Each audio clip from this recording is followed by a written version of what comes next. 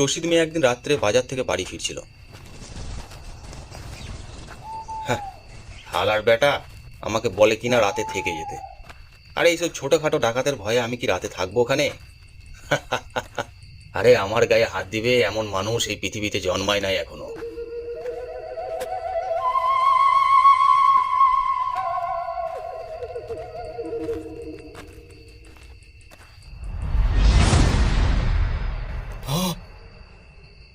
জন্মেছে রে রশিদ, আজ তোর দিন শেষ।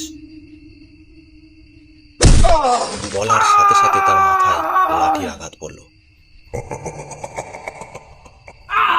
রশিদ মিয়া চিৎকার করে মাটিতে লুটিয়ে পড়ল। লোকগুলো থলিটা নিয়ে চলে গেল। ধরফর করতে করতে কিছুক্ষণের মধ্যেই রশিদ মিয়া শেষ। সকালে খবর পেলাম রশিদ মিয়া মারা গেছে।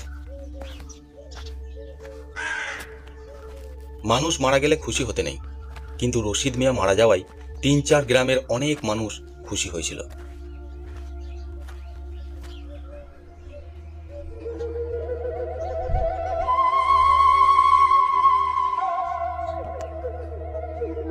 আপদ মরেছে বাবা, বাঁচা গেল।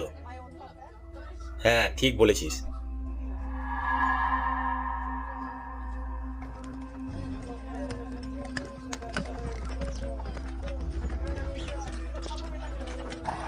হঠাৎ দেখি সদর থেকে দারোগা আসছে ঘোড়ার গাড়ি করে। আমাদের কাছে এসে বলল, কি করে মারা গেছে রশিদ? আমরা যতটুকু জানি দারোগা সাহেবকে জানালাম। দারোগা সাহেব কাগজপত্রে সবকিছু লিখে নিল।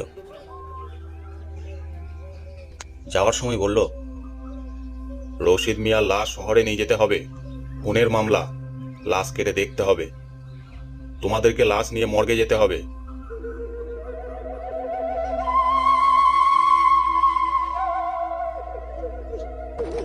তারপর তিনি চলে গেলেন।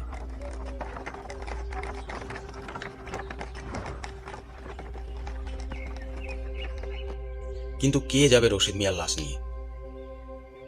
2 চোখের বিষ ছিল সে, কারো এতটুকু গরজ নেই। গ্রামের মাতব্বরেরা আমাদের কাছে এগিয়ে এলো। তোমরাই নিয়ে যাও বাবা, কেউ তো রাজি হচ্ছে না।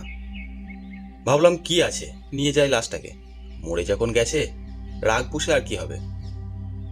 আচ্ছা ঠিক আছে,